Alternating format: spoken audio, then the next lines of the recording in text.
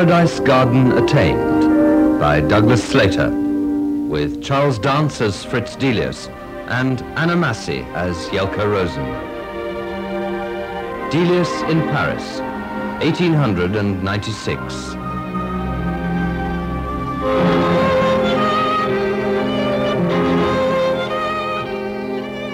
How are things? Oh, about as bad as they could be. My uncle's cut off my allowance. So now he and my father agree about something for the first time in years. They disapprove of me. My father always thought being a composer was just an excuse to float around Paris from salon to cafe and swan off to Norway and Leipzig when I felt like it. Music isn't a proper profession, not like the wool trade. He'll try to bring me to heel again, but I'm going on as I am. They all ask, if I'm a composer, where are the concerts? They see the rest of my life. They think I don't work. I won't even discuss it. I live, I work. There's no doubt a connection. I'm not going to waste time thinking about it. I haven't done the work I want, yet. When I have, it'll be performed. You can be sure of that, and they'll hear it. In the meantime, I'm certainly not going back to Bradford. I didn't when I was 19. I'm not going to at 33. They can help me or not, as they wish. Bravo! But what are you going to live on? It's who, not what. Friends? Lovers? As a vagabond. Like you, Halfton, in short. Isn't it lucky you've reappeared? You can repay me for the meals you've had off me over the years. Starting tonight. I'll meet you at Charlotte's Creamery like old times and we'll make a night of it. And you'll pay. Meanwhile, I'm going to see my princess.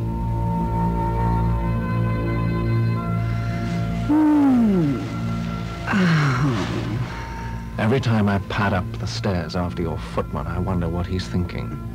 As he shows me to your boudoir, your lair.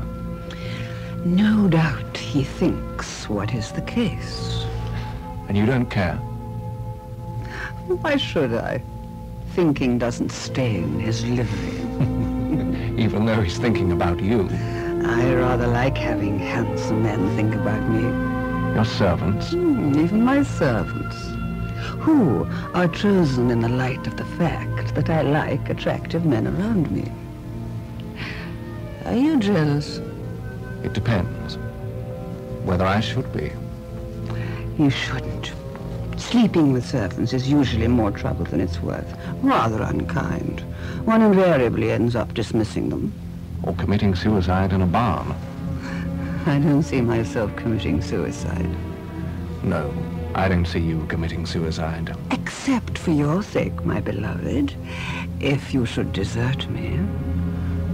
When we leave off, shall we put it like that, you will find yourself a painter or a writer. You would run an exquisite literary salon and enjoy it more than your musical parties. But I do enjoy them. Up to the limits of fashion, of course. They wouldn't have been wasted then, if I ended it tomorrow. I don't worry about that. You are Gautier's barber, Fritz. You will shave beggars for charity tomorrow. But today...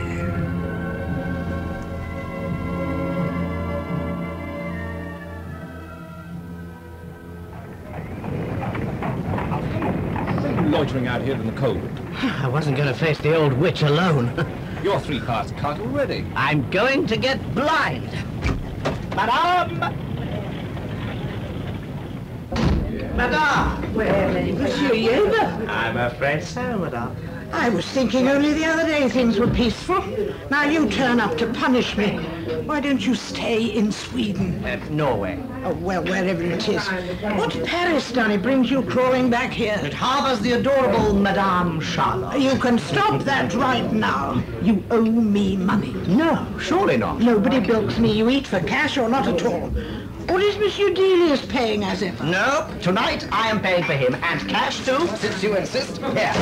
It can sit there till we've drunk it all. So perhaps you'll bring us 2 bottles to anchor it. I wouldn't want it to blow away in the draught from your customers. And we'll eat too, madame. I've got good boudin noir. But you have to wait. I'm busy. Just sit quietly, both of you. We'll look for some women after we've eaten.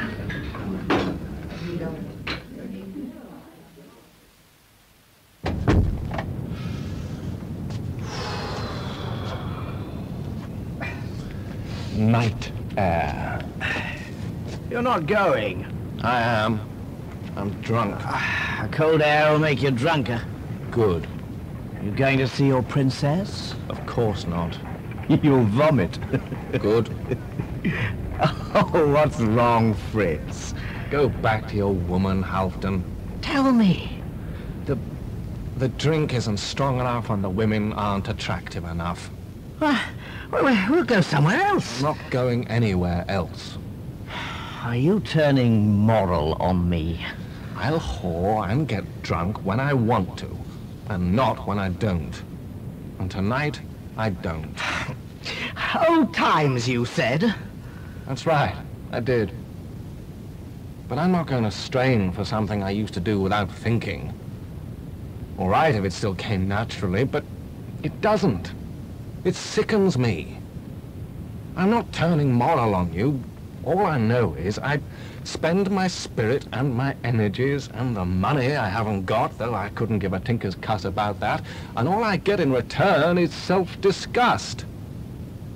Because against that, there are other times when Paris and its rumbles of appetite sink to a hum over the horizon and I can work. And then I remember what it's like to hear the quiet of the blue over the roof or the tree in the courtyard barely moving under the window. And all the years I've spent in this roar seem merely wasted. Do you understand? Perhaps. Do you care? I don't believe it, anyway. What when the rumbles come back? They are you, not Paris. And you're a fool if you forget it. Now, go home if you want. I'm going back in. I'll see you here for lunch. A late lunch.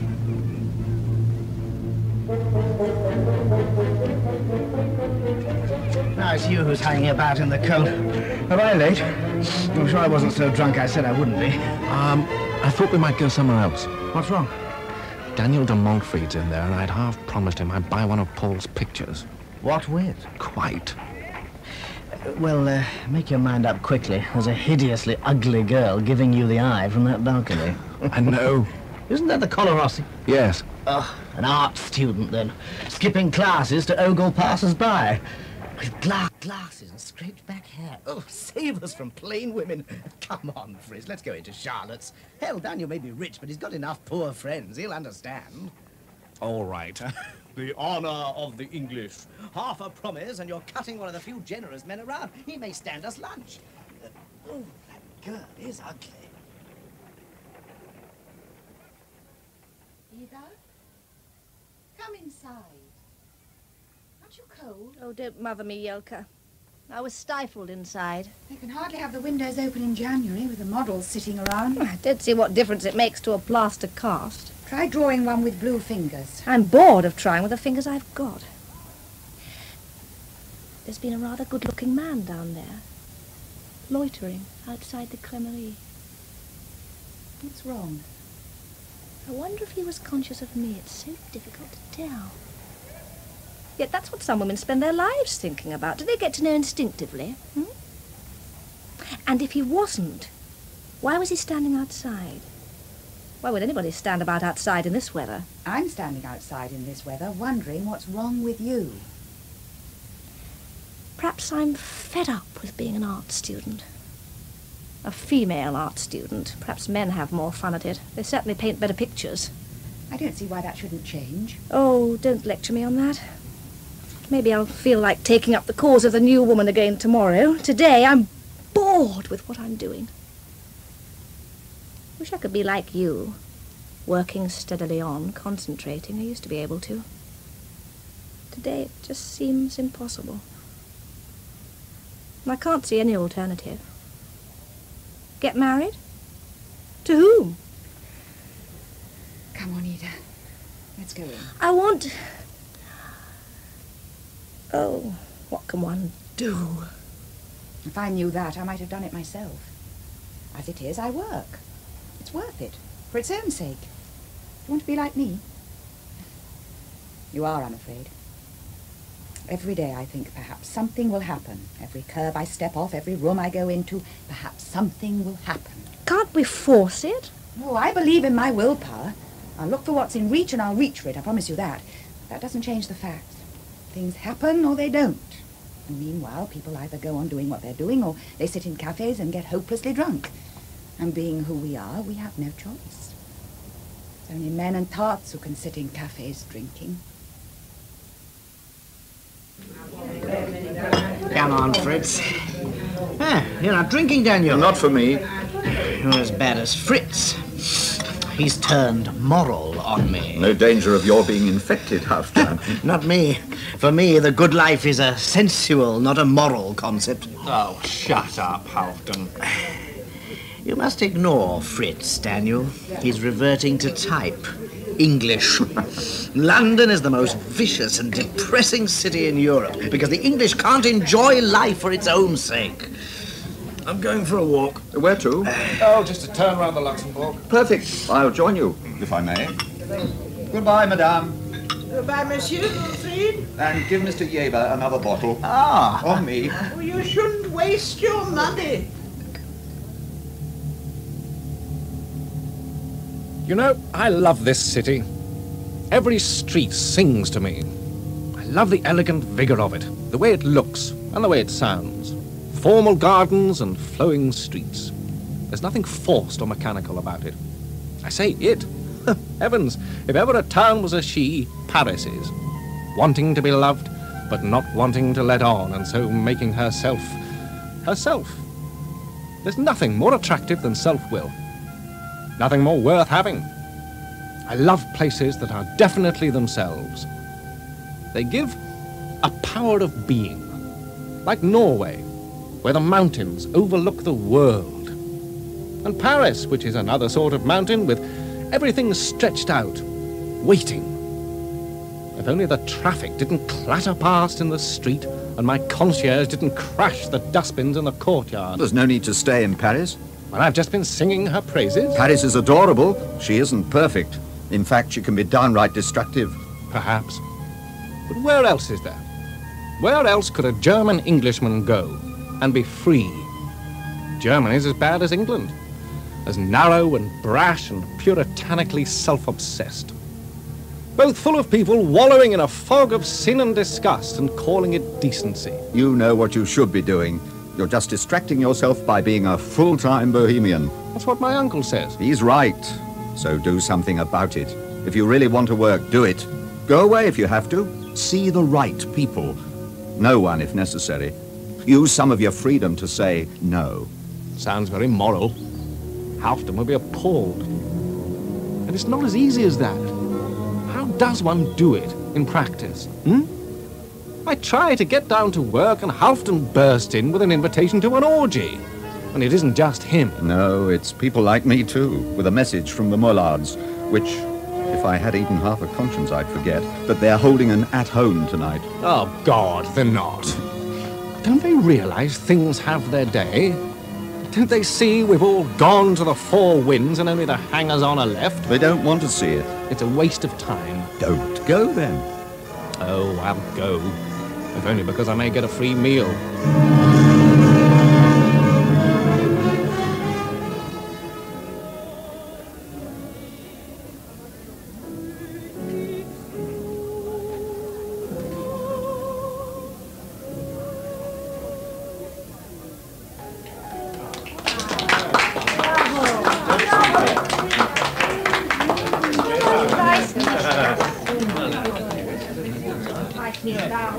Was it you who sang the Grieg song? I don't know what made me do such a thing. I do.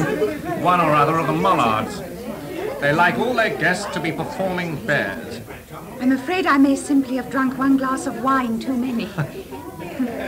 We haven't met. Fritz Delius. Jelka Rosen. I take it you like Grieg? Yes. Do you? Yes. Too much to enjoy hearing him drowned by babble. I'm sorry. Shall we move over there? It may be quieter. It's hardly your fault. It's musical. It's just that the Mullard menagerie isn't. Are you a musician? Yes. Oh, help. I do feel a fool. What brought you to Paris? I came to study painting. Tell me about that. Are the Impressionists your gods? I don't like to talk about painting, Mr. Delius. Oh? It doesn't seem to me that there's much to be gained by small talk on the subject. One paints, or one looks at paintings, or one shuts up. Hear, hear, Miss Rosen. I feel exactly the same about music. That seems to leave us little to talk about. It does, rather. We could try literature. Do you read, Miss Rosen? Yes, Mr. Delius. And what do you read? Ah, I do read the Scandinavians. Bjornson, for instance. Ah, Bjornson. Now, here's another friend of the Mollards. So's his daughter. Oh, I don't think she's here tonight. Do you read him in Norwegian or just in German? Oh, just German, I'm afraid. I shouldn't worry about that. Look at all these people. Most of them ardent nationalists, spending all their time in Paris speaking other people's languages to each other, so as to be understood. What sort of nationalist are you, Mr. Delius? Norwegian? Or German? Neither. Far from both, I hope. Music, luckily, rises above all that. I don't think I think of myself as anything other than I. It seems absurd, especially surrounded by this cosmopolitan babble, to tie oneself down and say, I am German, I am English. I've lived in England, America, Germany, Norway, and now Paris. Paris longer than anywhere, but I am emphatically not French. What would you say? You're not French. I take that as a compliment. Why did you think I was German? Do I have an accent? No, but your name. My name, of course. Well, Delius is German, and so is Fritz, horribly. Is it short for Frederick? Unfortunately not. I was christened Fritz. Perhaps I should change to Frederick. It even works in French. Frédéric. Actually, all these people regard me as English. I was born and brought up there. It gives me a certain cachet to be an artistic Englishman. Certainly my parents, who were born in Germany, regard it as shameful. My mother, who's German too, has actually brought me to Paris to study painting. To chaperone you. Well, yes, that too. How useful to have a sympathetic parent. I wish mine were. It sounds to me, if you'll forgive me, that you've escaped quite successfully. Perhaps. That was simply a matter of will. Yea, saying to life, rather than to one's family. We're back with books. So, I take it from that you read Nietzsche, Miss Rosen. Yes. And do you understand him? Could one? It speaks to me. Behold, I am a prophet of the lightning. And a heavy drop from the cloud. Is it my imagination, or is it getting noisier again? Yes, I'm afraid so. Just when we found something to talk about. Perhaps you'll let me come and call on you so we can continue the conversation. Of course. And we won't talk about music or painting.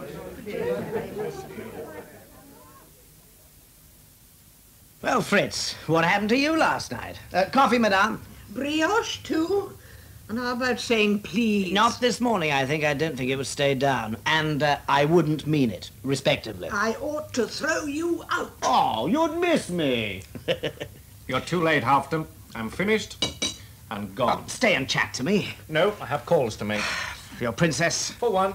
Make it the second. Perhaps her husband will be away. No, I don't think I shall. And mind your own business. This is opportune, my dear Fritz. You can escort me to the opera comique. Your husband? Hates Massy.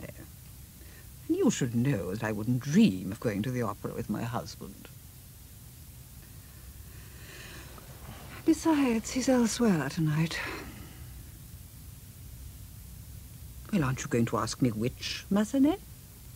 I, too, hate Massenet. All Massenet. I have a particular fondness for Manon, which is what I wish to see tonight. Oh. Either I can stage a scene, which would be frankly beneath me, or I can ask you what is wrong. Then you can reply through your teeth, nothing. Am I sulking? Someone who knew you less well might think so. I'm sorry. It must be very obvious. And you're right.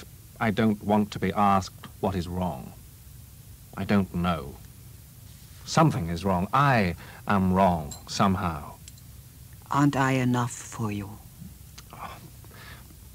No. Perhaps I shall stage my scene now. Or shall we leave it to Manon? Such a good reversal of our roles. You have no conception of my loathing for Massenet. Because he's better than you? Because he is so competent, and so much performed, and so worthless, whilst I waste my energies... On me? Yes.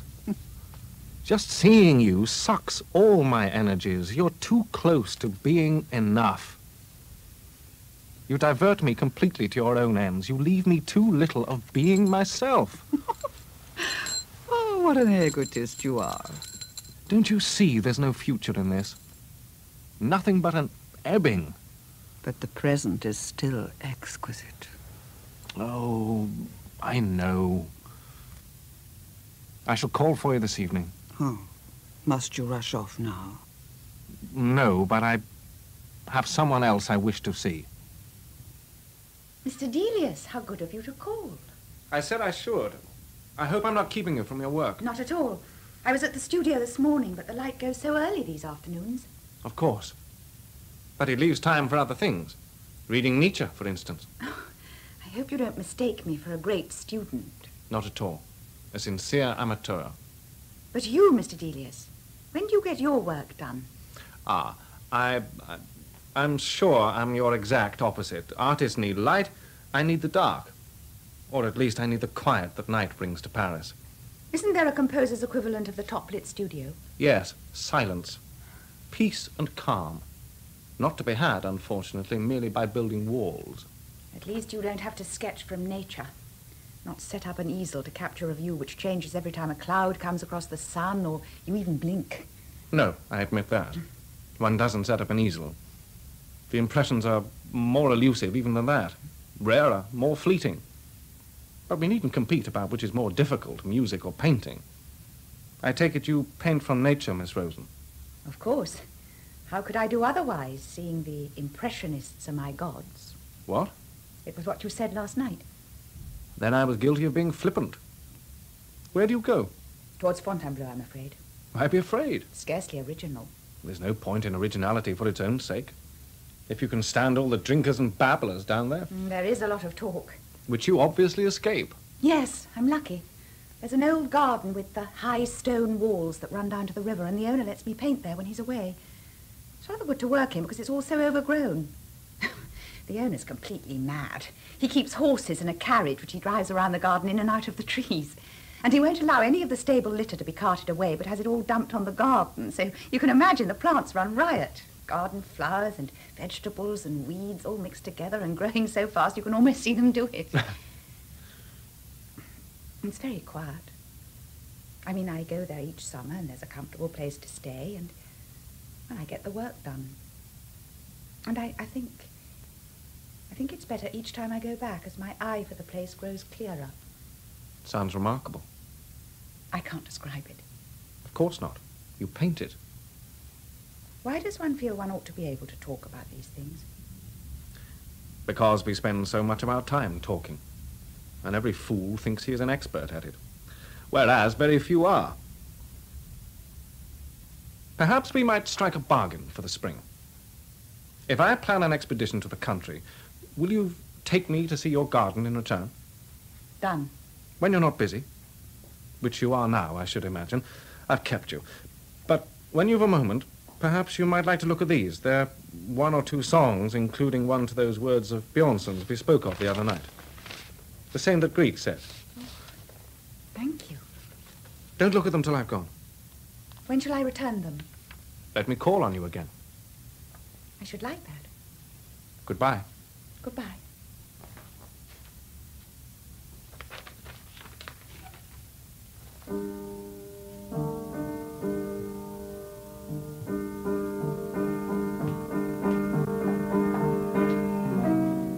I didn't ring. Your maid was just showing him out. He is rather good-looking. As I thought yesterday afternoon. Yesterday afternoon? I stood on the balcony and watched him outside the cremerie. At least I think it was him. No, I'm sure it was. Oh. Well, who is he? A composer, Mrs Delius. You must have made an impression to have him hurrying round to call next afternoon. He brought me 1 or 2 manuscripts to look at, 2 songs we talked about.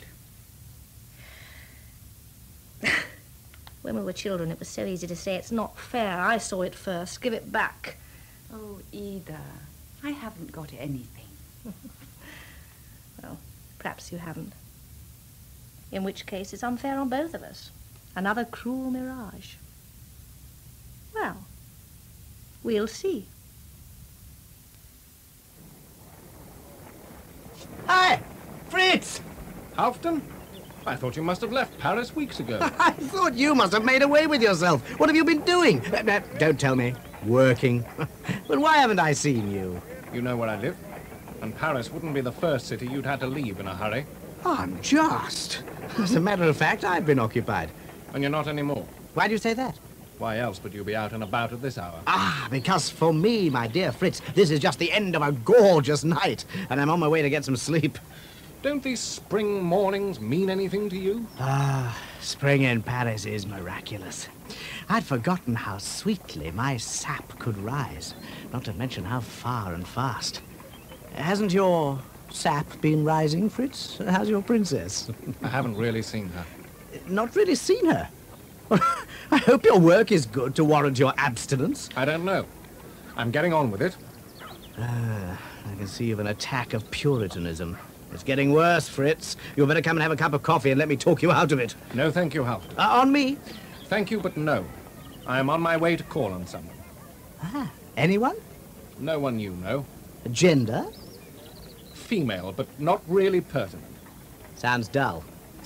Oh, well. Enjoy yourself. Oh, I shall. Jelka, I'm so glad to have caught you in. Has something happened? Are Prague doing the opera? No, nothing like that. It was just rather a magnificent morning. I say, just. Isn't this sort of morning an event? So I thought I'd come and tempt you away from your painting into the country. Our bargain. I'm planning our expedition, now, this instant. I should really go to the Colla Rossi. Not on a day like this. You can't sit inside in a dim religious light when outside is flooded with this. It only lasts a few days and then it will all have changed. The sun is drawing the leaves out so fast I can almost hear them burst. One can't stay in Paris when that's happening. Come on. You're right. Of course we can't. I'll come. What shall I bring? Sketching things? If you like, but nothing that delays you. Food? We'll buy some. We've a train to catch, not to mention the morning.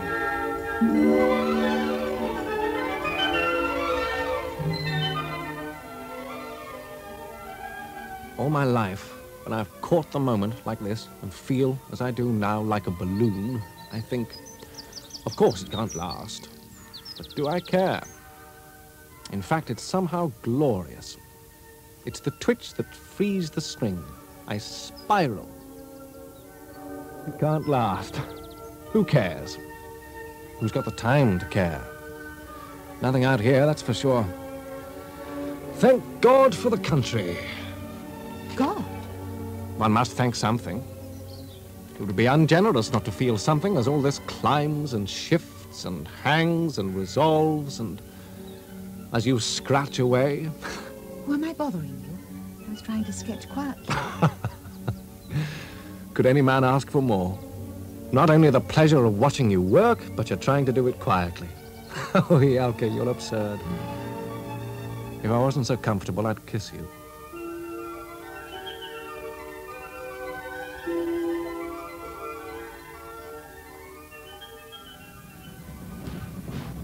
Though at the end of the day, one returns to lighted streets and the different evening roar of the city. And then I can say again, yes, this is where life is. Where I want to be. To experience everything as it is, all of it, immediately, as it flows past. I don't know that I've ever felt the flow. I've always been concerned to catch an instant. The instants never are caught. That's the beauty of them. They simply flow away. A walk, a meal, a sound, a slant of the light, the day. And then the sun goes down and one has only glimpsed it.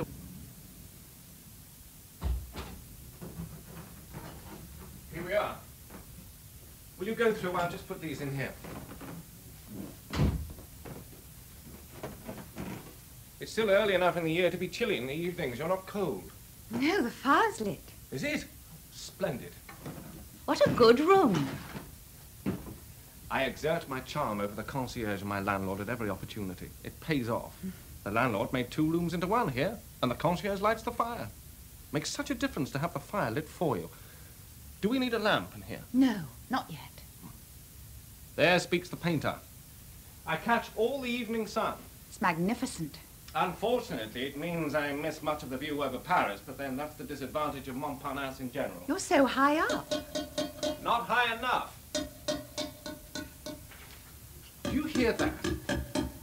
That's one of my neighbors who mends copper pans. He must be the busiest tinker in Paris. He never lets up. It drives me mad. When everything else is silent, he still goes on.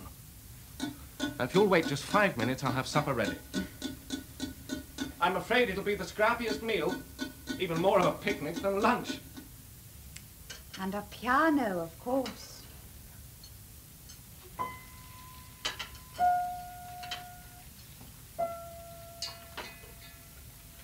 I never told you how much I liked the songs. You don't have to do so now. But I did. I just felt rather embarrassed about it. I hate people talking about my pictures, which is silly, I know, but I felt shy about the songs. But you liked them? Oh, yes. Good.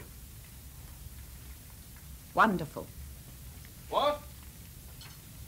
You didn't ask me which I liked best. No.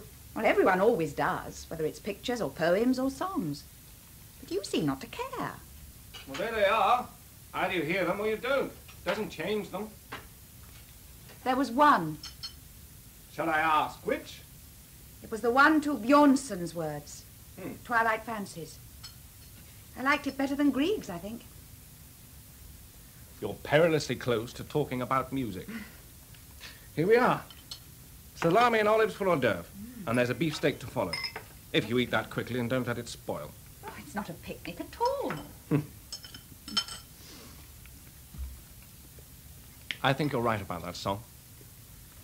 It is closer, perhaps, to what I'm aiming for. If one can put it like that when I don't see what it is. We're back with talking about. Not the music, then, but the words. They're so beautifully melancholy. And the sun went down. Aren't all words for songs? Isn't melancholy the stock-in-trade of the songwriter? You're laughing at me. Be serious. I am, partly. If you have a happy song, which is beautiful, it carries the seeds of melancholy, yearning, what we were talking of. One seizes things, adores them, knowing they'll go. Spring days drift into evening, and the sun goes down. And I have to fetch a lamp. And the rest of supper.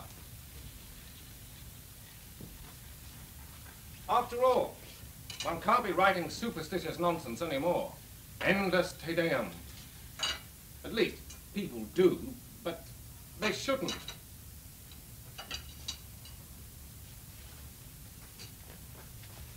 And here's the next course. Oh, that looks wonderful. Hunger. We've had a good day in the open air. Glass of wine? Yes, thank you. The song is soon over. It should be short and sweet and slightly sad when it goes. This is delicious.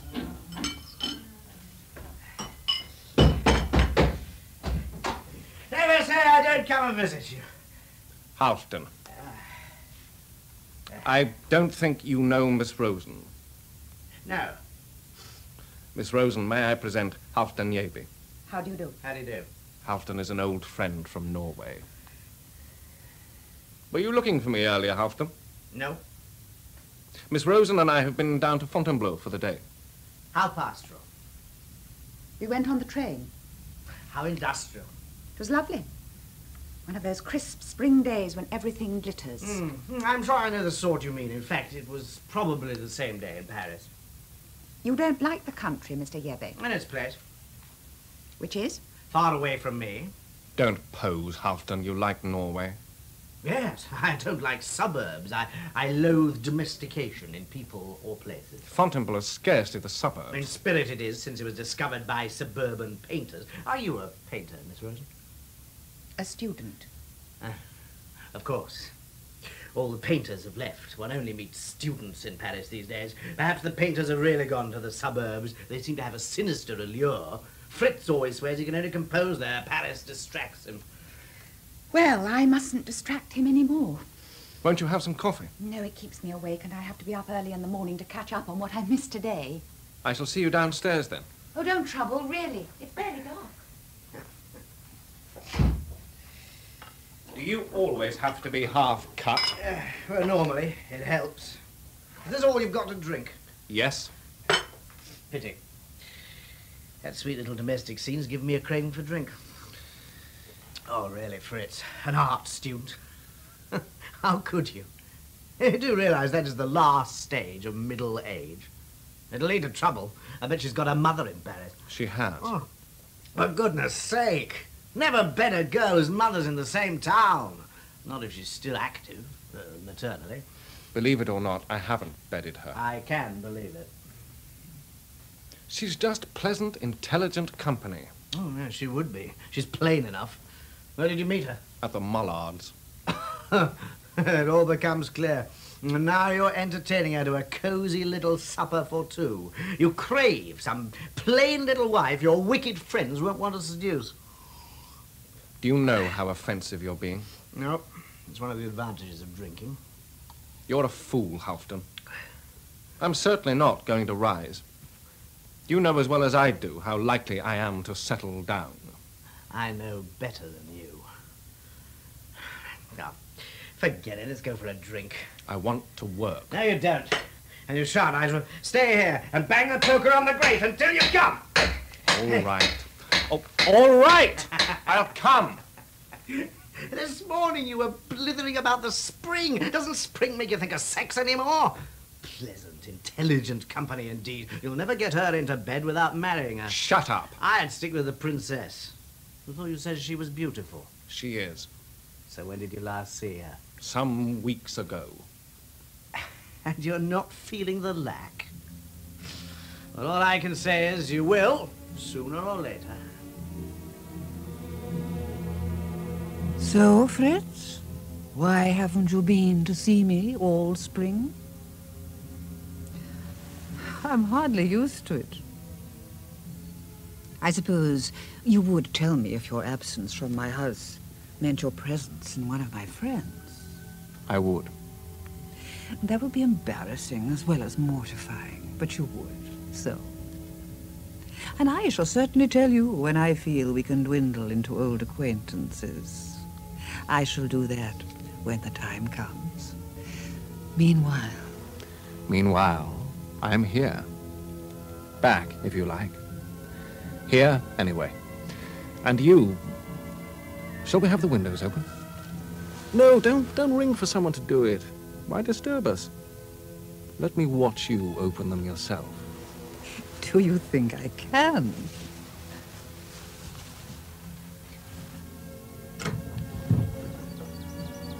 Stay there a moment. Aren't you pleased with how luscious your garden is?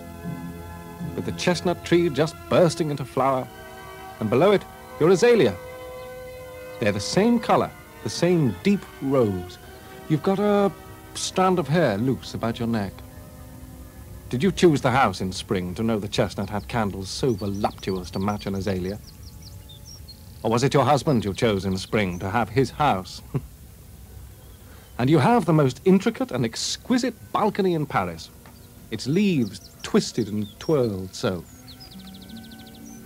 Fritz, what are you doing? I'm looking at you. What?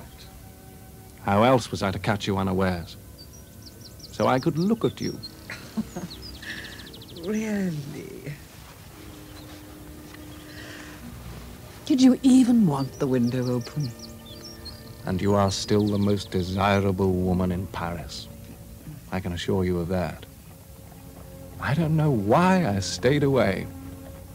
And our desires aren't as far apart as you feared. Not feared.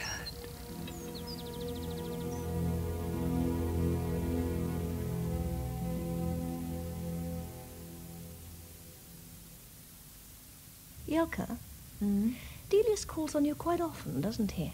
Quite. I'd like to meet him. Properly. He's rather elusive. And attractive. Yes, I suppose he is. So how do you pass the time during those polite calls? How does one ever? We talk. What about? Painting, for one thing. He knows a lot about painting. He seems to spend most of his time with painters. Do you talk about music? No. He doesn't like talking about music. But you don't like talking about painting. All seems rather one-sided to me. I've seen some of his songs. And you show him your pictures? Are you taking his advice? When it's good. You're not being very forthcoming. I don't know what you want me to say. I worry about you. Delius has something of a reputation. Ida, what a glorious phrase. Well, I wonder whether you're falling in love with him. You haven't introduced him to me. It just seems rather odd. To tell you the truth, I'm a little hurt. Don't you trust me? Yes, of course I do. I'm just not sure I trust myself. I suppose I am falling in love with him. I'm rather ashamed of it. Why on earth? It seems such an ordinary mess to be in. I thought I was more practical than that. He's so good-looking. Not to me, at any rate, and I suppose to other women. And here I am, just plain. But then he spends time with me, and we chat, and it's delightful. For me. And presumably for him. Isn't that the trouble? How does one know? Because he wouldn't do it otherwise. I suppose so, but I don't feel that. I simply feel cheerful when he's there and nervous when he's not. Oh, Jelka. And I know I could spoil it all.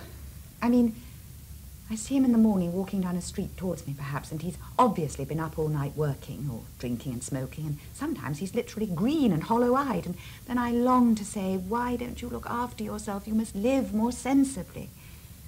And I'm sure if I did that, it would be disastrous. Yes, I'm sure it would. Have you thought what's going to happen when we go down to Grez? What should happen? He might come down for a day. The librettist for his opera happens to live in Buron. You'll have to go down and see him, and he may walk across and have lunch one day. Oh, how convenient. And I would like to show him the garden.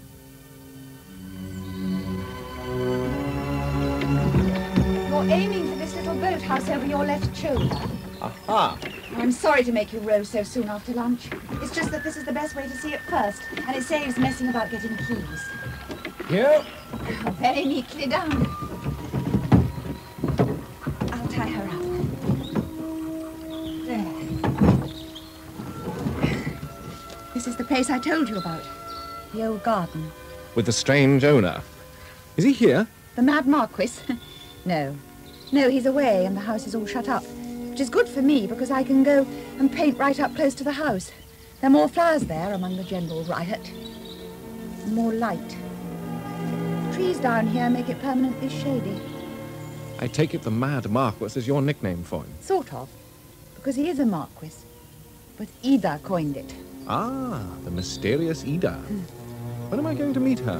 Whenever you like. Back in Paris in the autumn. Yes. Yes. Unless you'd like to come down here again. I don't think I can.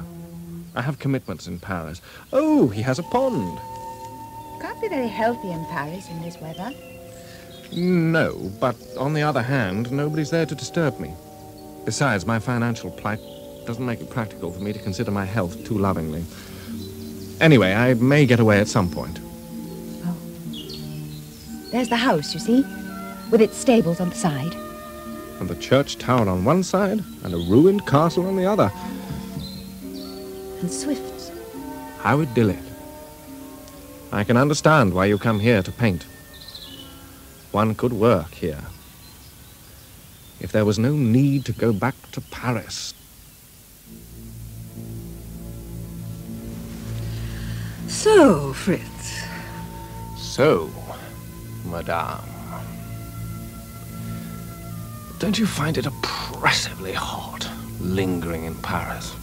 It has its disadvantages. And why are you doing it?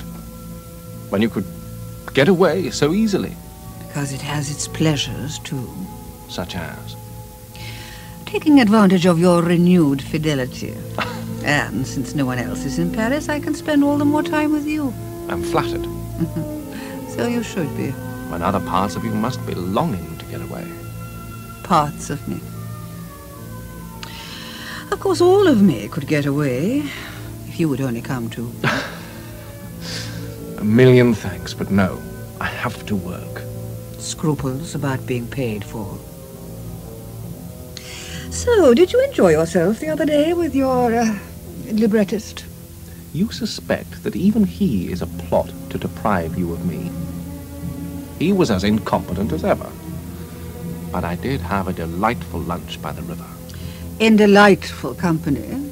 You could say that. Female, I take it. As it happens. A female I am so enamored of that I shan't see her again until the autumn. As opposed to the indifference I show you coming here every day. At the expense of my work. Such indifference. I sometimes suspect your work is the only plot you need to deprive me of you. You think perhaps that it doesn't exist? Would you like me to bring completed manuscript sheets every day to account for my time? No. You are, of course, right. You are the only serious rival it has.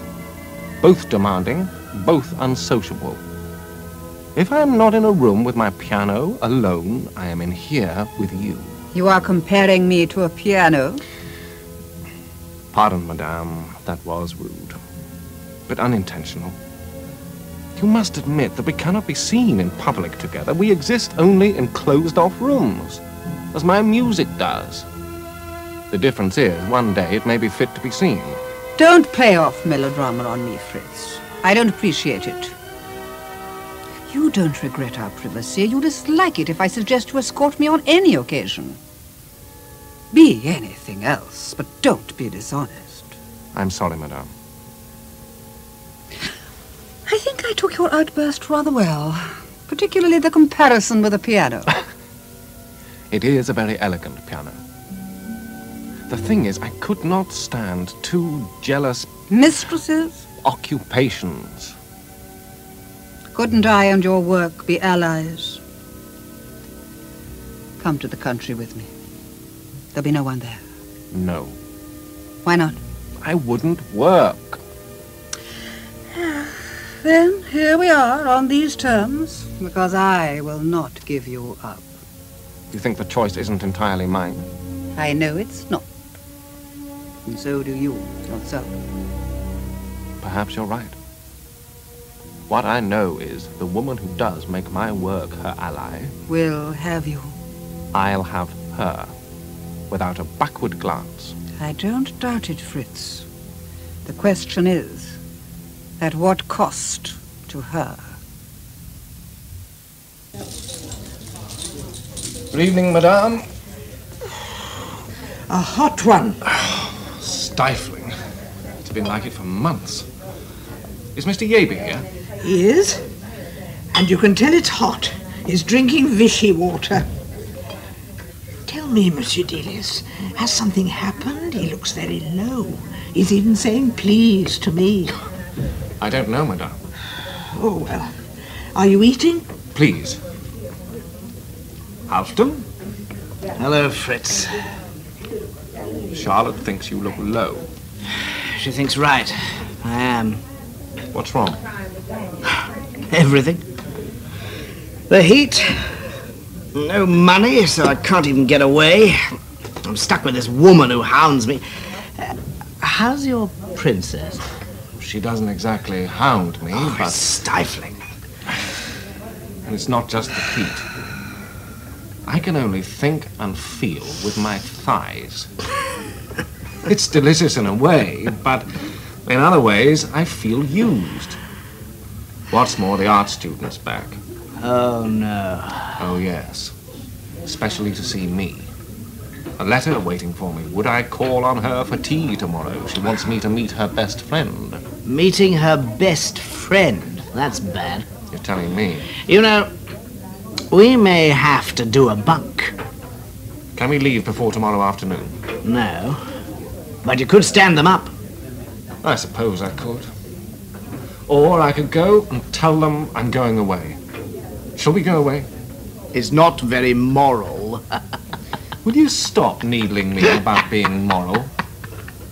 Being moral is choosing actively what you ought to do. Now, this instant, in this predicament. And I say we ought to go away. Miss Gerhardy, Mr. Delius. I really have heard so much about you, Miss Gerhardy. All from me, Ida. Would you excuse me for a moment? And all good. I've certainly been looking forward to meeting you, Mr. Delius. For any particular reason? Oh, well, for one thing, because you're the first layman, if I might put it like that, whose advice on painting Jelka seems disposed to take. Or even listen to. I hope she takes it very critically. That she takes it at all is most significant. I can't think what of. Not of my skill as critic or counsellor. Well, she certainly never listens to me. He's just coming. Are my ears burning? I was just saying, you never take my advice about painting. Oh, that's nonsense. I just don't take it as much as you'd like me to. Or I take it and pretend I haven't. Oh, just put it down over here, will you? Mademoiselle? Thank you. The most English of occasions for an un-English Englishman. You've been in Paris all summer, Mr. Delius. Yes, Hasn't it been stifling? it still is. That's why I normally go away. You'd be very welcome to join us in Grez if you wish to. I'm sure you could get rooms down there. Thank you, but I think I may have to go further afield. Oh? For some months, in fact. Where to? My plantation in Florida. I'm rather worried about the manager, and I have to go and sort things out. Halfdan Yaby is coming with me. I think you met him one evening, Miss Rosen. He's rather a bohemian character. Great vagabond, but excellent company. Especially on this sort of trip. Sounds a very long trip. With the journey and the business, I should imagine it will take 6 months. Are you leaving soon? I'm afraid so. This is, in fact, hail and farewell. So you see, Halfdan, it's a perfect way out of the difficulty. We go out to Florida, both of us, and escape from our different encumbrances at a stroke. With a good, businesslike excuse. All we need do is find the money. Ah, we'll do that. We've done it before. How did the art student take the news? Quite well. Rather crestfallen, perhaps. You know, you were getting in deep there. I know. Have you told your princess? No, not yet. So, sadly, I'm afraid it's unavoidable, madame. This is my one real asset. I have to put my affairs in order. Of course you must, Fritz. I quite see that. Are you by any chance taking someone with you? Only an old friend from Norway. A man. It was a little crude of you to think I meant otherwise. And when do you go? As soon as possible. It seemed best to put things in order right away. And miss the Parisian winter into the bargain. How sensible. Well, I hope you enjoy yourself. I don't expect to do that, exactly. Oh, I'm sure you will. There are bound to be surprises. Wine, please, madame. Yes, monsieur. Success? A triumph. We're free. Have you booked passages? We leave the day after tomorrow. Excellent. I can't wait. What exactly are we going to do out there, I Fritz? can't think why I didn't do it before. It's the perfect answer. Florida. I shall take the opera. What am I going to do out there, Fritz? Do? What do you ever do except play the violin, and you can do that out there? Otherwise, you won't have to do anything. The house is unbelievably beautiful, at the edge of an enormous river. We can hire servants and get on with living. You can bask... On our own? Isn't that the whole point? But you needn't worry, Halfdan. There are riverboats and society of all sorts in Jacksonville. We shan't be lonely, just marvelously unencumbered. Oh, Ida, it's so foolish. There's no justification for my feeling upset and let down, but I do. What does one do? The conventional wisdom says one works. I'm sure that's right. I don't seem able to work. My mind keeps wandering off into the Atlantic. And that's idiotic, too. And then when he started calling me Miss Rosen after months of calling me Jelka, do you suppose that was just for your benefit? To be formal? Well, the English are, of course. Oh, do you remember how bleak Paris was when we first came here? And it had been getting warmer and friendlier ever since then until now. Goodness knows he had to go off and deal with his plantation. He has appalling money troubles. If the plantation could be made to yield a living, he could come back and go on where he left off. Jelka, have you thought he might not come back? Yes. Or if he does, that things might have changed. What do you mean? Well, I wonder whether to tell you this, but I wasn't sure why I wanted to. What? I heard a story the other day which someone was laughing over. How Delius fled Paris to escape from his aristocratic mistress. Princess de Sistria. I suppose so, but now she's disappeared too. With him? Or in hot pursuit. Oh. It rather matters which, doesn't it?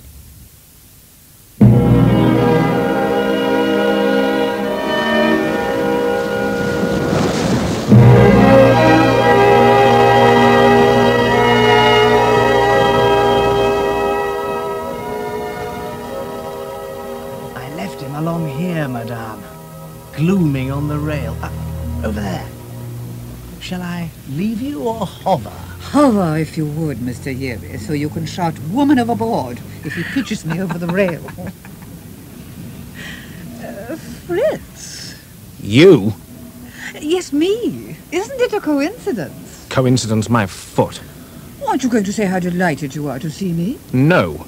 What on earth do you think you're doing? Enjoying myself hugely. Aren't you? You said surprises.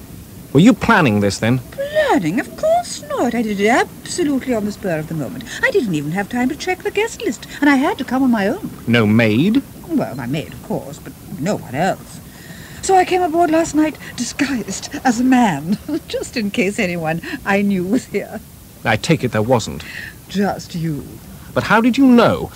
Halfton! Not me, Fritz, I promise. I made it my business to find out. It wasn't hard. And I only made Mr. Yerby's acquaintance on board last night. He very kindly arranged for the steward to move your things this morning, and his, of course, into separate, I hope, more comfortable accommodation. First class. As it happens, you can hardly escape me on a ship a day out into the Atlantic. And it would be a pity to spoil what could otherwise be a delightful journey. You're too much for me, madame. All I can say is, you will deserve everything you get if you follow me into the wilds of Florida. Wilds? Hey, you never said anything about wilds to me. Ida, the Mad Marquis is selling the garden at Grez. Selling it. He's gone broke or lost huge amounts of money or something's happened, so he wants to sell it as soon as he can. Oh, hell. Calm down. It's not the end of the world. Not the end of the world, no, but the end of Grez. Oh, all through this beastly biting cold and wet, I've been kept going by the thought of Grez and the spring and getting back to work, real work. And last week, when the crocuses suddenly appeared, I thought only a few more weeks and I can get down there. Oh, we can still go down. Oh, with the garden gone, I couldn't bear it. It's just a place. But it's the place. Oh, Ida, I'm sorry. You'll miss it, too. I'm just being selfish and stupid again. Did you say the Marquis is selling at once? He needs the money. Yes. Well, why don't you buy it, then? What? If the Mad Marquis needs the money, he won't be asking that much. But it'll be snapped up by someone else. Oh, I don't think so. I mean, I know it's your enchanted garden, but most people just think it's an overgrown mess attached to a house which has too many stables and is right on the village street. I've got what my father left me. Wouldn't your mother help? Well, she might. Only she'd never want to live in Grez, and she'd say I couldn't live there on my own. Ida, you wouldn't. Of course I would. At any rate, as long as you wanted me, and to keep your mother happy. Oh, but I'd want you forever. It would be perfect. We need never be bothered. We just work and live perfectly simply. Oh, if only we can get it. Go and talk to your mother. Get her to see her lawyer and get him onto it at once. I shall. Oh, I shall. She's going to do it. And the lawyers have drawn up the contracts and we're completing the whole deal tomorrow. We'll be down there forever with nothing to disturb us. So, Fritz, So what, madame? we're almost at Paris. So I see. And you've said nothing all the way. Did I spoil your return to Florida so much? I was thinking of one evening coming into Paris from Fontainebleau, poised serenely between the day in the country and the evening in the city. Content. But you're not content now. You didn't spoil the trip, madame.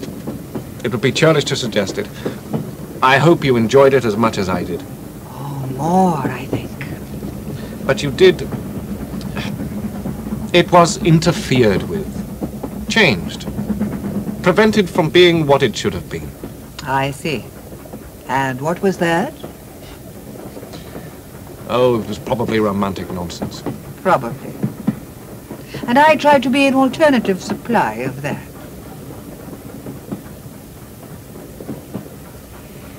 You have loved me. We're coming in. But no, I agree. This good thing should end. For my part, I have enjoyed a last burst of being disreputable, and this Indian summer of our affair. But I shall release you, Fritz. You're not the man you were. Oh, I don't say you're not better. More serious. But not for me.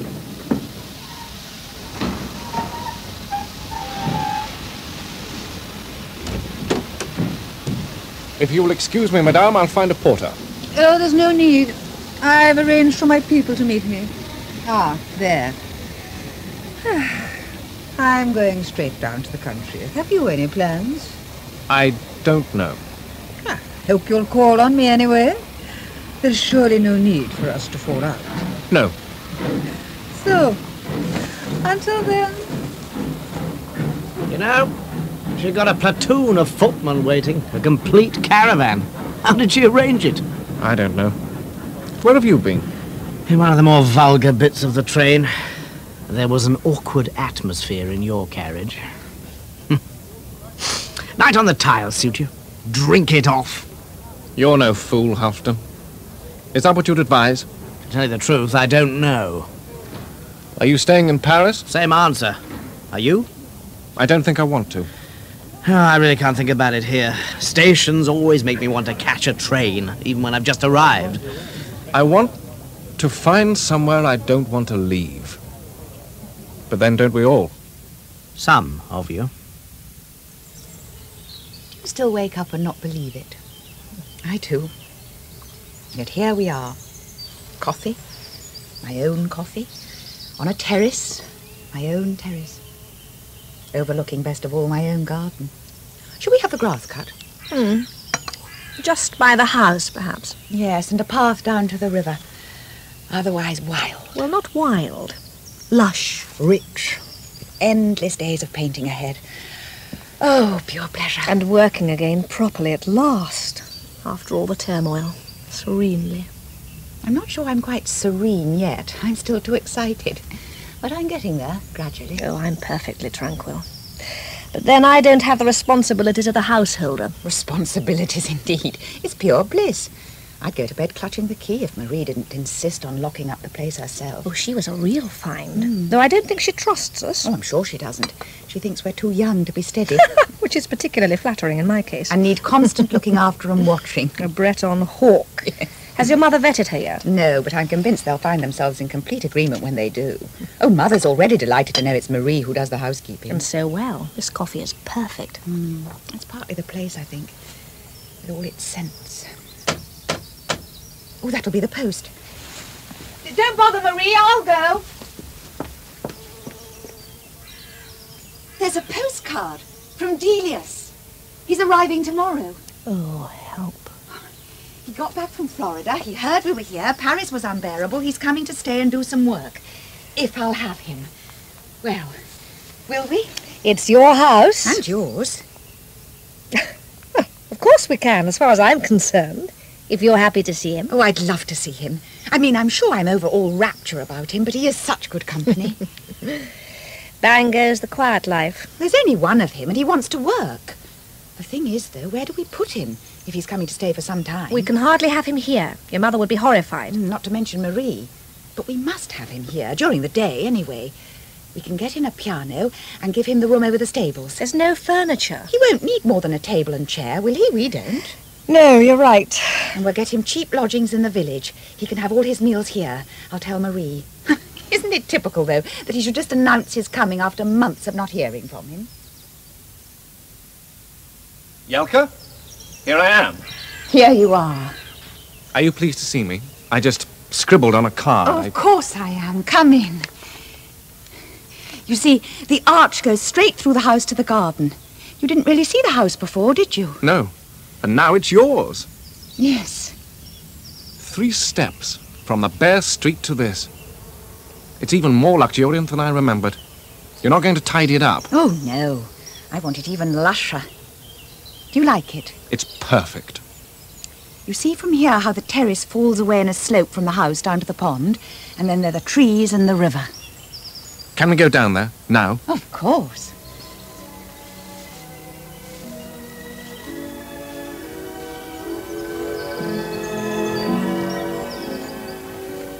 All gardens should lead down to water. Nothing else matters, so long as the house has a roof.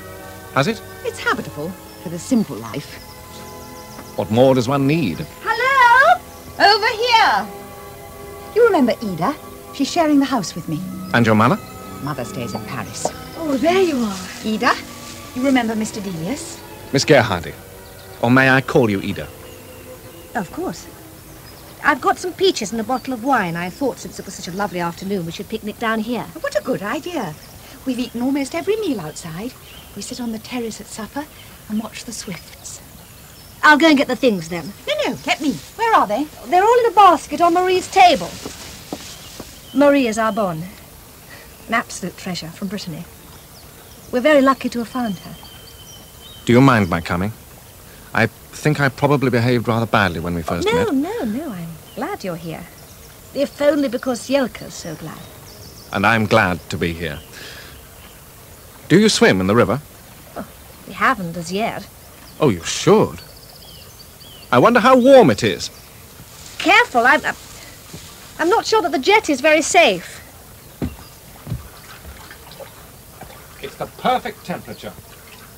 The perfect place. I'd forgotten. Oh, yes, you came down one day with Jelka, didn't you, last summer? Yes. These enormous trees. And the heat. You know, one of my strongest memories of Florida, why I went back, was huge trees by the river, where there's such a shimmer in the air that one can't tell whether it's the light or the heat or the ripples on the water. And it's here all the time. And you can swim in the river too, which you can't in Florida. Why not? Alligators. Oh. Isn't it too hot to work out there? Not for me. Other people say it makes them languid, but I feel it's soaking into me, making everything simple and possible. It was impossible for me to work on this trip, as it happened. Was the trip wasted, then? Wasted? No, but it didn't turn out as I meant. But then, does anything, ever? Here, Jelka, let me take that. Oh, thank you. I told Marie we'd have supper on the terrace, and we'll sit and hear all about Delius and Florida. What if he doesn't want to tell us? What if it's too boring to hear? What I want to hear is how you came to buy this place. You never said anything before I went away. I didn't know anything. I never dreamed. But that is a long story. You don't really want the whole saga, do you? I do. Well, I can't possibly tell it now. It'd spoil my peach. It still makes me go hot and cold all over. But we'll have it all tonight, after supper. We'll sit on the terrace, and you'll tell us about Florida, and we'll tell you about this.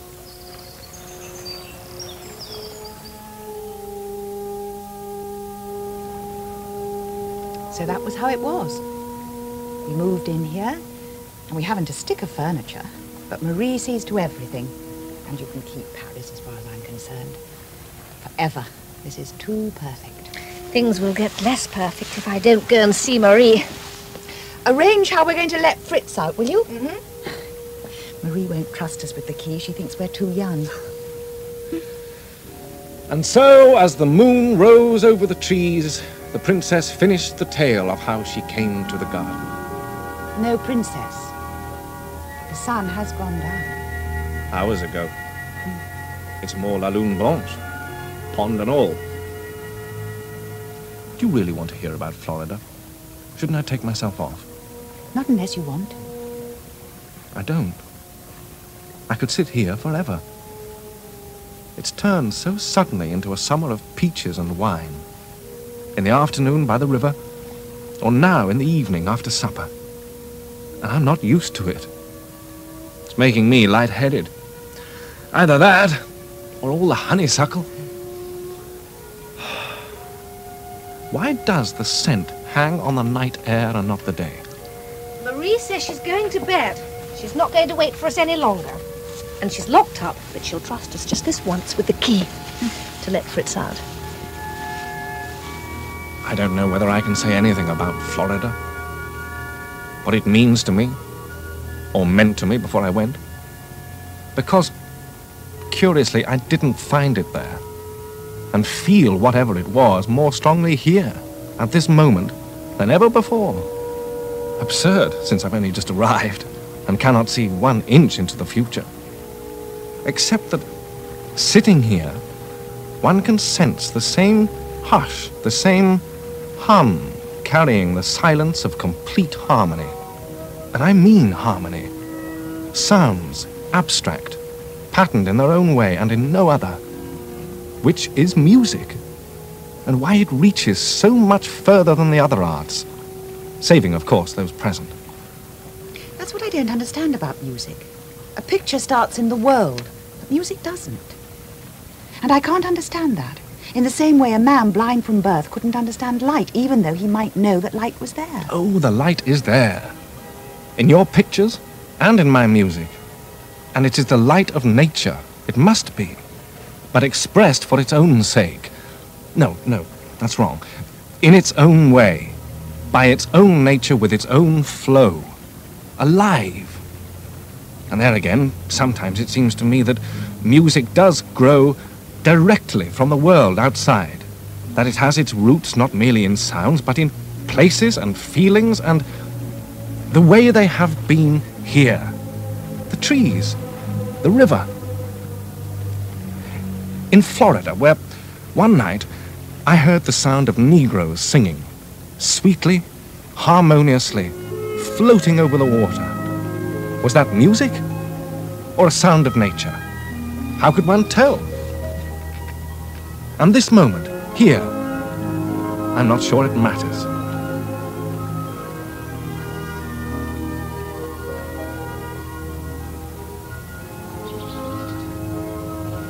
The candles are going. I'll go and get some more. No need. Do you realize what time it is? Of course. That's the dawn beginning. Haven't you noticed the birds? Not until now. I was talking too much. Too long. Too well. Hell, dawn. Marie gets up at dawn. What will she think? Let her think. We have sat, as people should, through the all-too-short night of summer to see the dawn. As painters should especially, to see the new light. The day may bring a revelation. I must go. Perhaps the night did. It did to me anyway. I'm sad it's over. There will be others. Thank goodness. One could not bear it if there weren't. But one doesn't have to. It goes on. We go. And gain in that the beauty of it all. It seems to me. The most intolerable aspect of heaven would be that it was eternal. To lose consciousness is exquisitely sad. rapturous, a triumph, and a defeat. If your music is the way you talk, the audience would have left long ago. would they? Most extraordinary. I thought she'd be shocked. So I said, we've talked through the night. I know, she said, I heard you. It seems silly for Mr. Delius to be paying good money for lodgings if you're going to have him here all night. Why not ask him to come and stay? Was she serious? Yes, absolutely.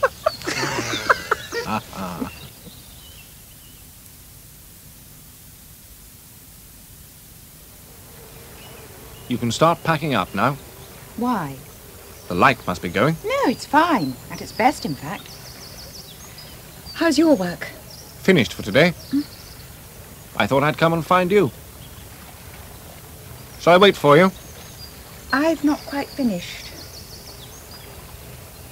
Looks different from this side of the river. Your garden. Yes. If you and Ida sat on different sides, you could paint her and she could paint you. And you could row backwards and forwards. Too tiring. Or skate when the river's frozen. It isn't a fjord.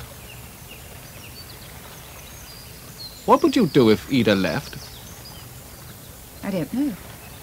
She wouldn't leave you on your own, of course. Or would you go too? No, I'm staying here. I've got Marie. And you. For the moment. For the foreseeable future. Well, I'll have to go back to Paris at some point. I mean, I love Grez, but I'm not sure that... Shall we go? Yes, all right. I'll come. I suppose the light is going. The post breaks in on life here in the most exhilarating way. I used to dread it in Paris, but here it seems to bring agreeable surprises instead of bills. Like the whole of this summer. Here's a letter from Gunnar Heiberg. His play's definitely being done in Christiana this autumn. Where's my incidental music? Which I have actually written, thanks to being here. So that gives me a wonderful excuse to go to Norway. I think I'll go back to Paris today. What a pity. When the weather's so divine. And Paris will be so awful. That may be, but this means plans. Plans? All sorts of schemes. Arrangements, people to see, people to catch up on. Come to that, the rent on my flat to pay. You're keeping on your flat? Of course.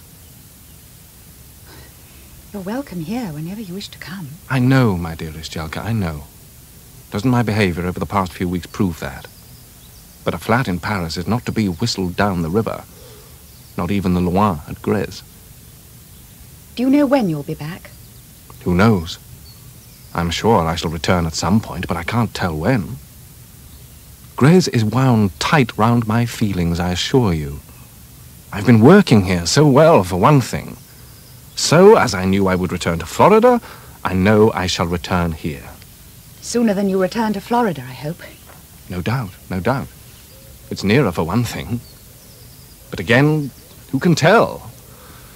Oh, honey, I'm going down the river in the morning. I'd better go and put my things together. Morning, Ida. Morning.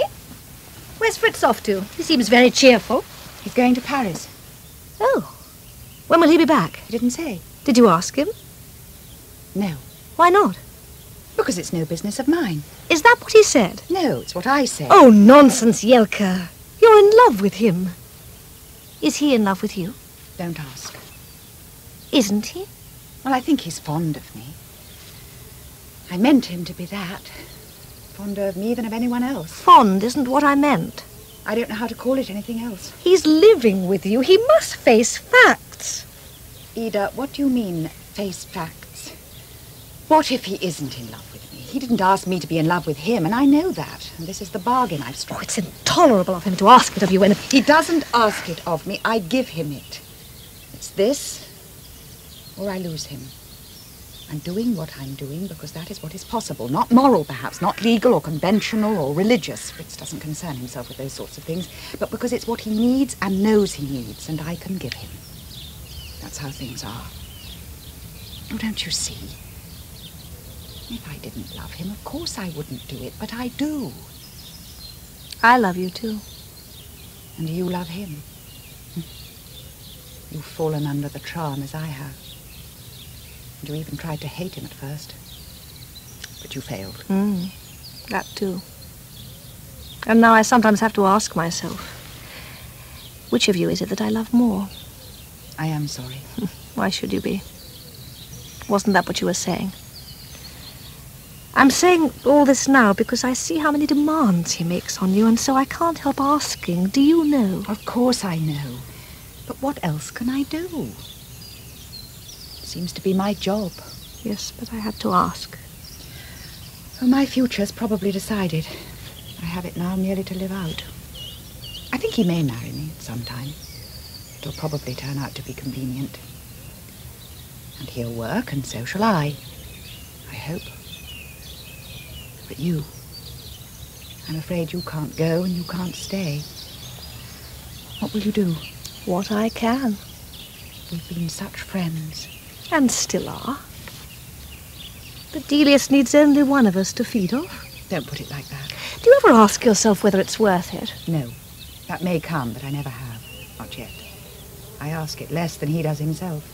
That may be the difference between us that he senses. You make him calculating. He's not. He just has compelling needs. Needs that compel others. They compel me, anyway. So even if it weren't worth it, I doubt I could escape. Not now. It's a fact of life. I acquiesce. Are you sure you're not just giving in? Giving up painting, giving up everything, because that's what women do in cases like this. Falling for an artist like a romantic schoolgirl. It's so ordinary, Jelka. If it is that, it looks different from the inside. And Fritz isn't ordinary, you know that. Yes, but it doesn't justify him. He doesn't need justifying, he just does it. It seems I fall in with that. What can I do? What would you do? The same. But you have it, and I don't. Which one of us has the better part, I wonder?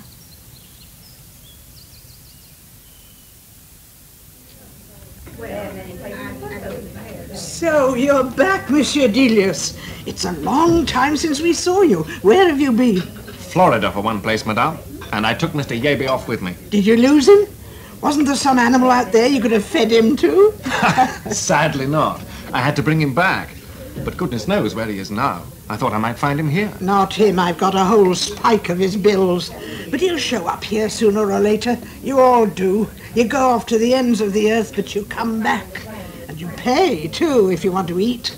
Have I got any bills outstanding? Well, now you mention I'll it... settle them, madame, and have whatever you have to eat, which is most delicious, to celebrate being back in Paris. Oh, now less of that, too.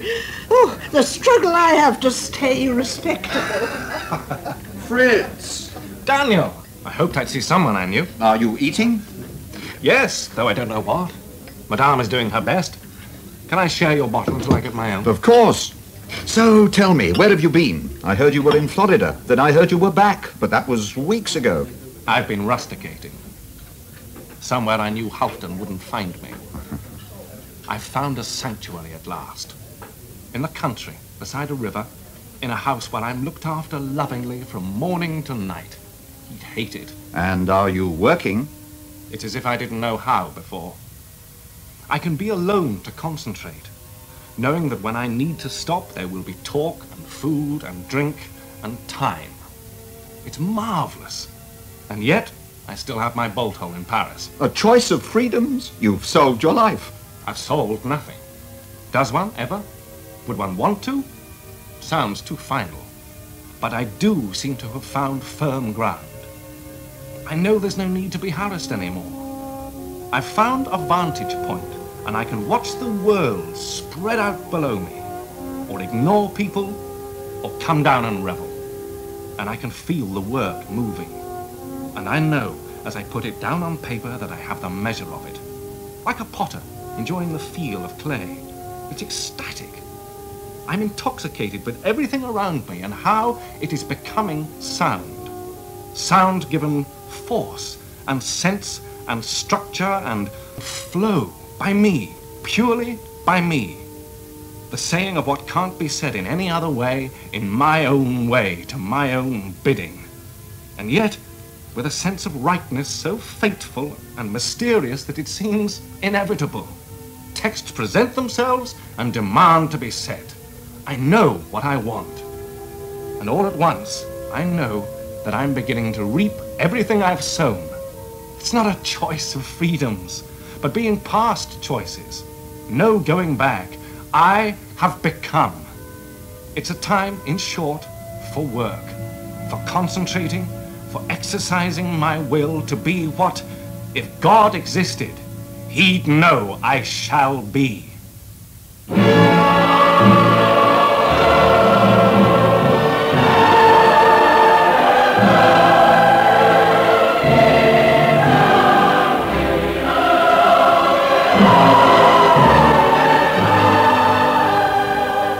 In Paradise Garden Attained, Fritz Delius was played by Charles Dance, Jelka Rosen by Anna Massy, Ida Gerhardi by Fiona Walker, the Princesse de Sistria, June Tobin, Halfdan Jeber, David Timpson, Danielle de Montfried, Brian Sanders, and Madame Charlotte, Margot Boyd. The play was written by Douglas Slater and directed by Ian Cotterill.